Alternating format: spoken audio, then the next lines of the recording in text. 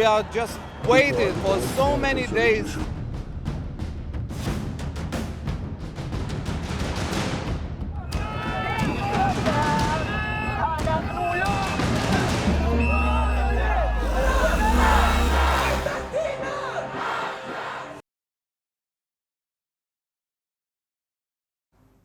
Israel, as you can see, is up in arms. The people are angry and out on the streets because of the news they got over the weekend. 6 more Israeli hostages found dead in Gaza.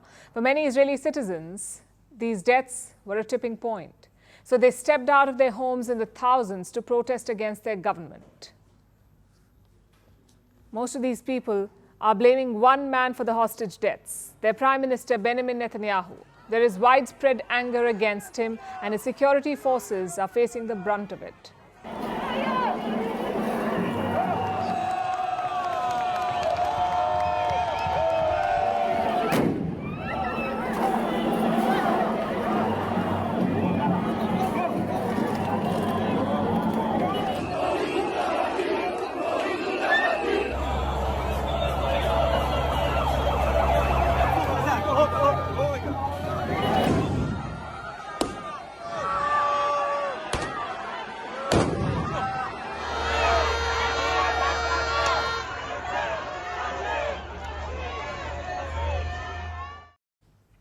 These clashes happened last night. Crowds broke through police lines. They blocked a major highway. Some protesters set fires on the road. Among them were families of the hostages. For months, they have been criticizing Prime Minister Netanyahu, accusing him of ignoring the safety of hostages and prioritizing his political survival. We are here to protest against the Israeli government that is making wrong decisions. This government, because of political reasons and for the right extreme coalition of Netanyahu, is breaking those values. And this is the core of the existence of our country. No values, no country. That's why we're here, to save the country, to bring back the hostages. I think we have a criminal government who lets the hostages be murdered only for the sake of the coalition. And we have a Prime Minister who doesn't think of the good of the country, but only of his own good. The protests continued today as well. Workers and trade unions went on a strike. So government and municipal offices, private schools, businesses, even the Ben Gurion airport in Tel Aviv were all shut today. Doctors too joined the strike. They walked out of duty. We are striking. It's a very hard word for physicians who are here to take care for the life and the well-being of our patient. But we are in a very, very hard situation now, we and all the country, because of the hostages. We can't stand aside, and that's why we came into a strike. In Tel Aviv, a huge crowd gathered outside the Defense Ministry. All these protesters have 2 demands: a ceasefire deal in Gaza and the return of all remaining hostages. That is what they want. Crowds also gathered at the funeral of one of the hostages who died in Gaza.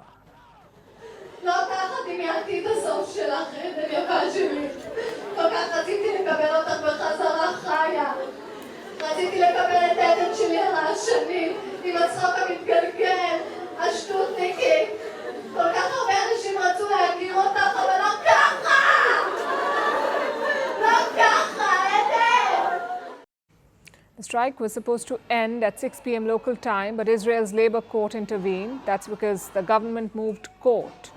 It filed an injunction against the strike, and the court termed the strike as political. It ordered the unions to end the strike in the afternoon, but this order applied only to the union workers. It was just for them. Thousands of other Israeli citizens were still out on the streets from all walks of life, voicing the same demand: get the hostages back. In some places, there were fresh clashes today.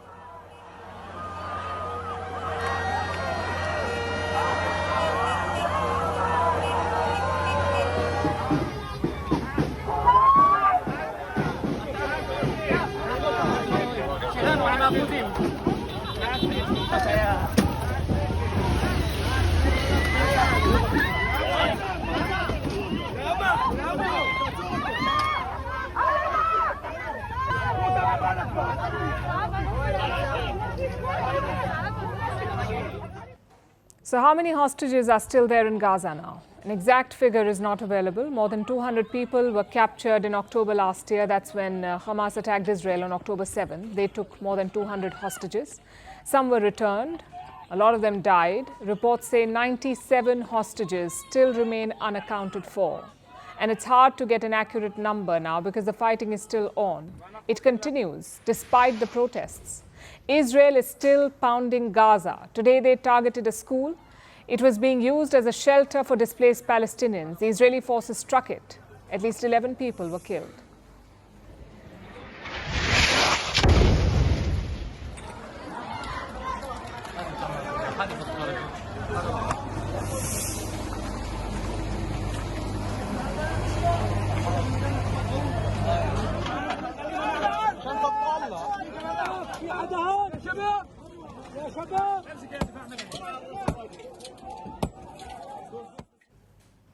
These military actions are becoming harder to justify for Prime Minister Benjamin Netanyahu, especially after what happened over the weekend. Israeli forces were on a mission. They were searching for hostages in southern Gaza. During this operation, they found the dead bodies. These 6 hostages were already dead before the Israeli forces arrived. As usual, a bitter blame game followed.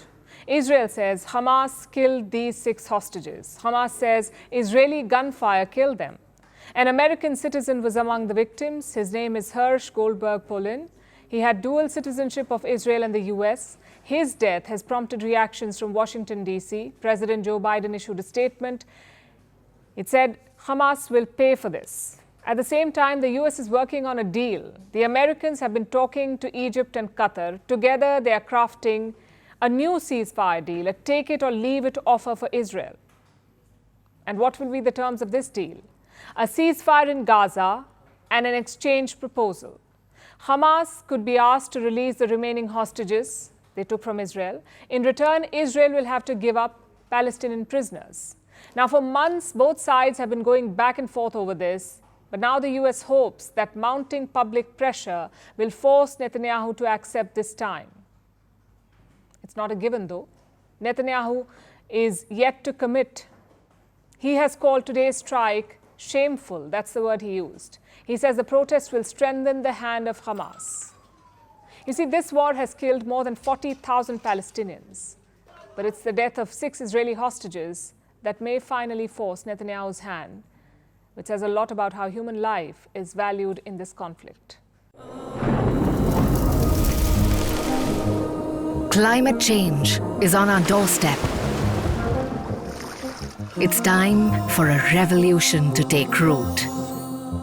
And it starts with 1.4 billion Indians.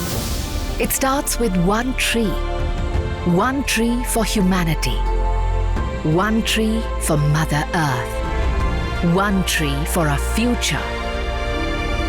Project One Tree, a News 18 network initiative.